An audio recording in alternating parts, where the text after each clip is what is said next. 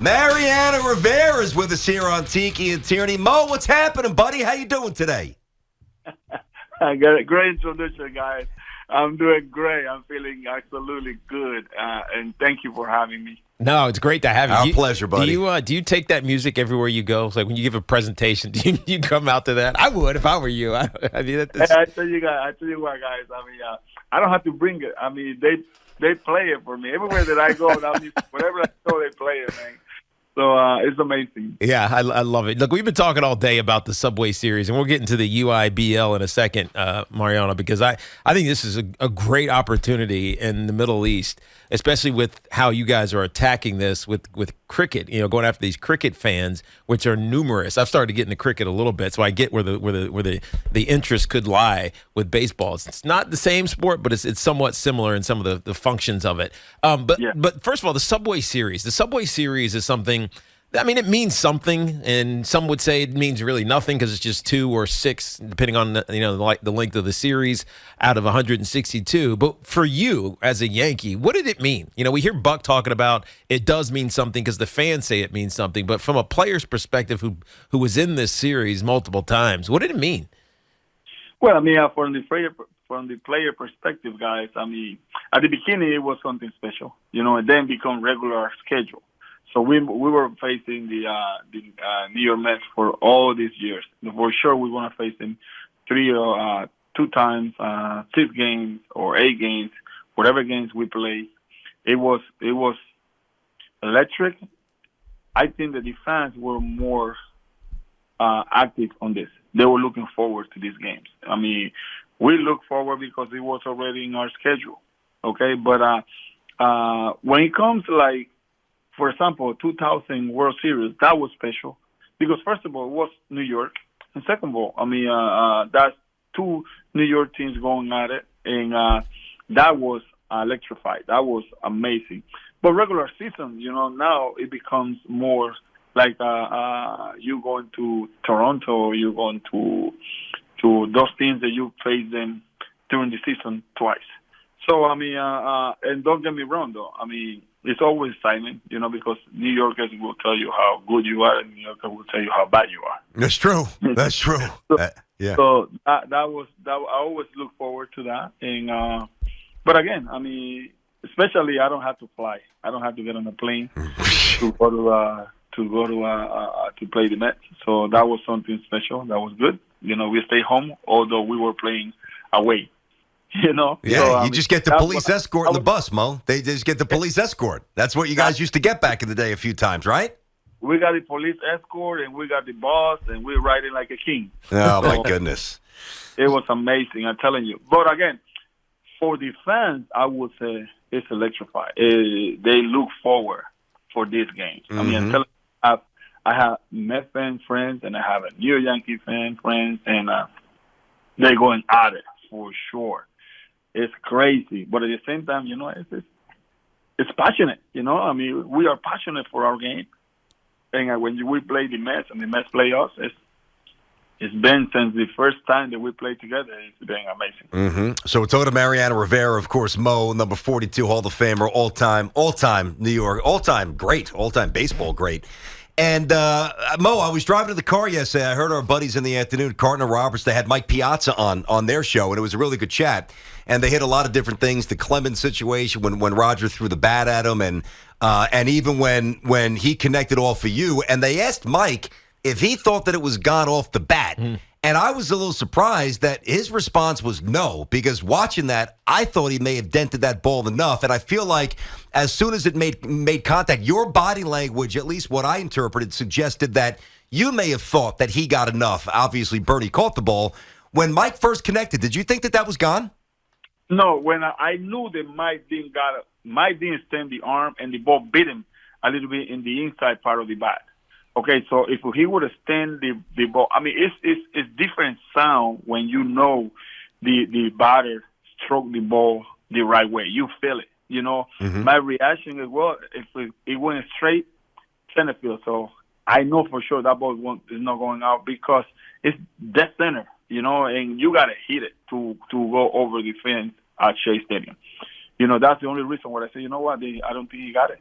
He got it enough, and I was sure, and he was sure too, because I mean, the body language when he hit the ball, his reaction wasn't like, "Oh, I got him." No, it wasn't. It wasn't. I barely beating enough to miss the good part of the bat. Interesting. Okay, because I feel like you slumped your show. I gotta watch it again. Not that you were like completely inconsolable, but your body language, you were always, so precise. Broken bats, comebackers to the mound, strikeouts. Obviously, I gotta watch that again. I felt as if Mike.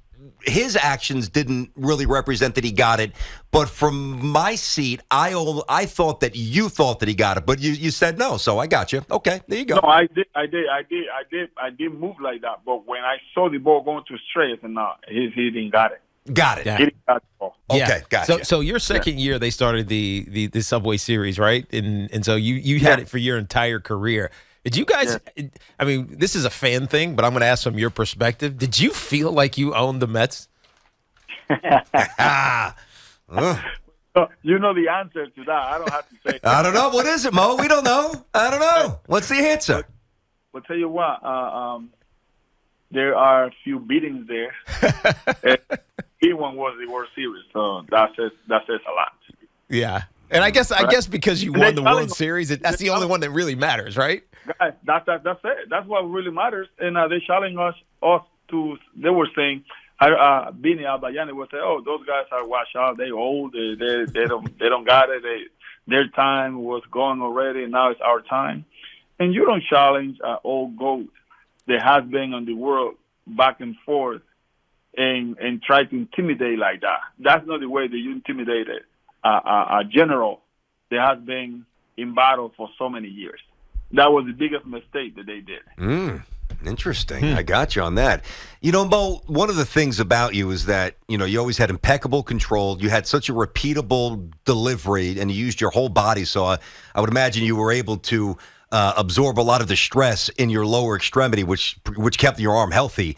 But if you were coming up now, and you threw an easy, if you will, easy 96 or so, and you're chasing spin rate and you're chasing the gun, like how hard do you think you would be throwing today if you were coming out of the bullpen? What would you get up to?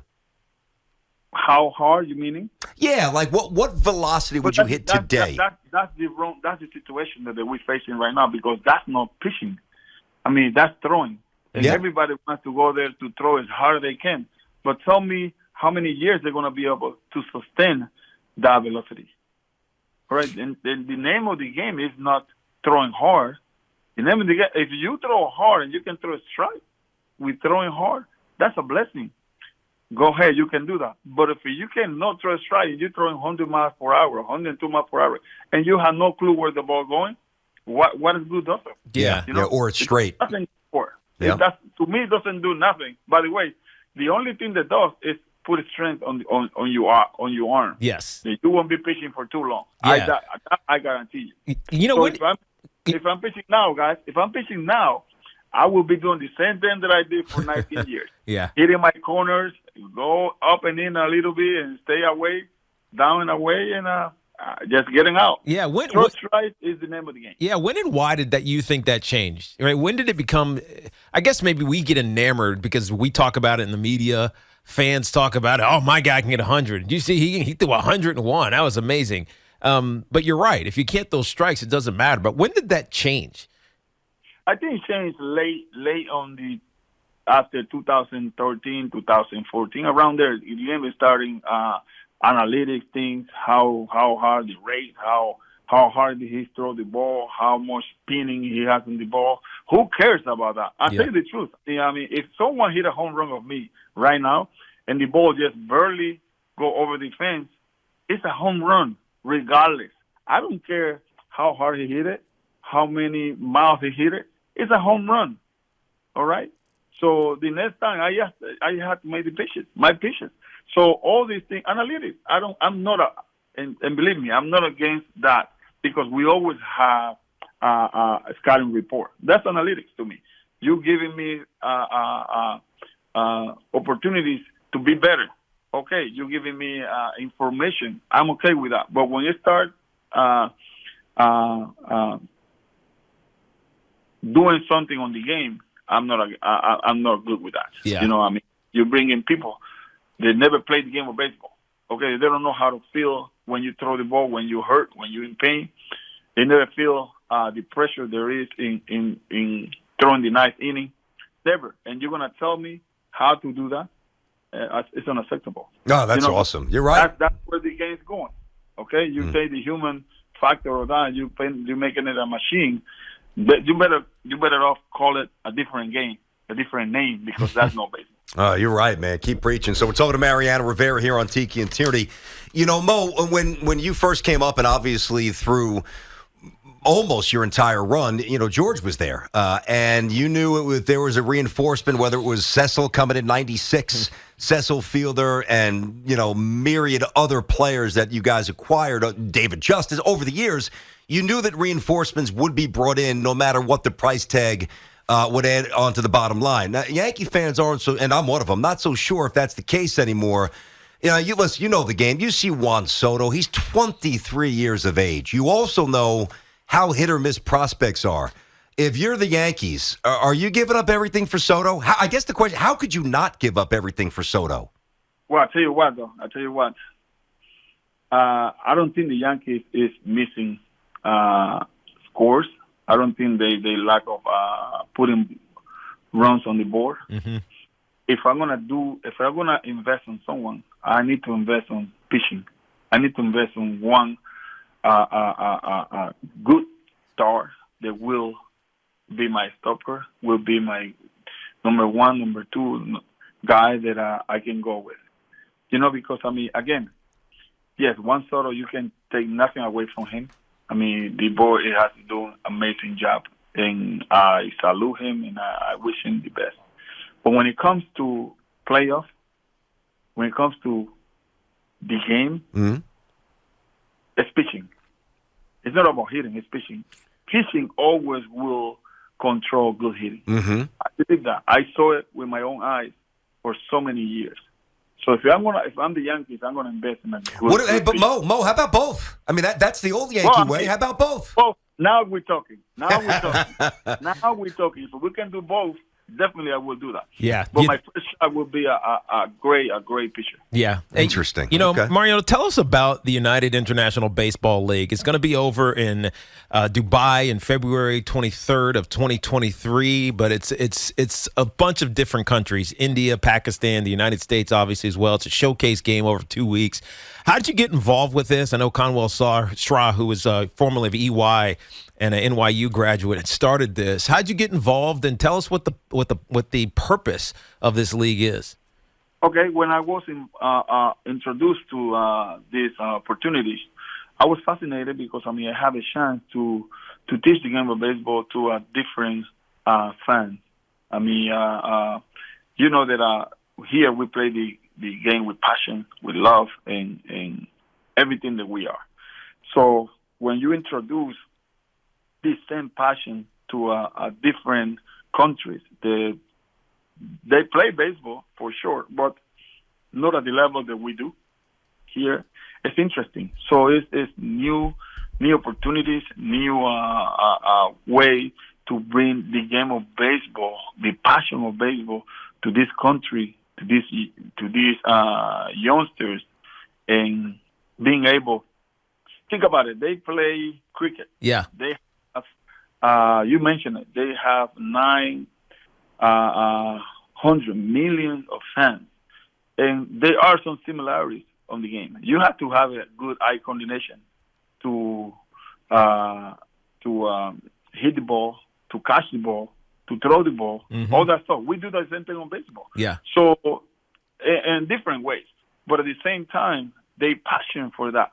So I said, well, if they passion for cricket, I think there will be passion also for baseball, because they don't know the game the way we know the game of baseball. Yes, they know about the game, but they haven't practiced it the way we do here. So if we bring all this, the platform that me and Mr. Barry Larkin and many others that will come on board, we have a great mission and great criteria. Yeah. All right. So the expertise that we have and the passion that we have to bring the game to a different country, and new fans that we want to reach out, is amazing. So yes, it's a challenge, but we are up to the challenge. Yeah. You know? I mean, Yeah, you, and you start some new league, guys. Yeah. Well, it's interesting, Mariano, that you bring this up because Major League Baseball has to love this. Because when I think about this from an NFL perspective, they play games in London. They now can play games in Germany. They play games in Mexico. Yeah. And the real reason is because they know that the new fan, and by extension, the new revenue, it's saturated in the United States. It's got to come from an international standpoint. I mean, with the billions of people, sports fans in India and Pakistan and in the United Arab Emirates, etc. Major League Baseball's got to love this initiative. Are they helping support this in any way? We haven't reached out, but definitely that conversation is coming. It's in the horizon because yes, you say it right. I mean, Major League Baseball will be benefit of this, So they will be. I guarantee you, they will be on board, and they will be a big part of this because we're not a threat for them. We're just trying to bring the game that we know how to play, the Major League Baseball plays here, to this part of the world. These countries that I believe they have the abilities to play the game. Otherwise, we won't do it. Yeah. But we believe totally 100,000% sure that we can get some good players there and bring them to Major League Baseball. No, bring him to the Yankees before you bring him to the Mets is what it's all about here, Mo. It's the UIBL, the United International Baseball League, and it's going to go through Dubai and India and Pakistan. Mo, before we let you go, it's Mariano Rivera. You lived it, so I'm not sure how motivated you are to watch it, but have you watched the Captain documentary at all on Jeets?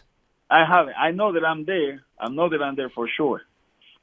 You made a few cameos, man. You can't tell Jeter's story without Mariano. Exactly. Who was your all-time favorite teammate with the Yankees?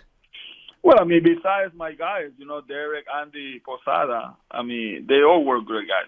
Ramiro Mendoza was one of my own, because, he was kind of like my little brother there and made sure that he was doing right.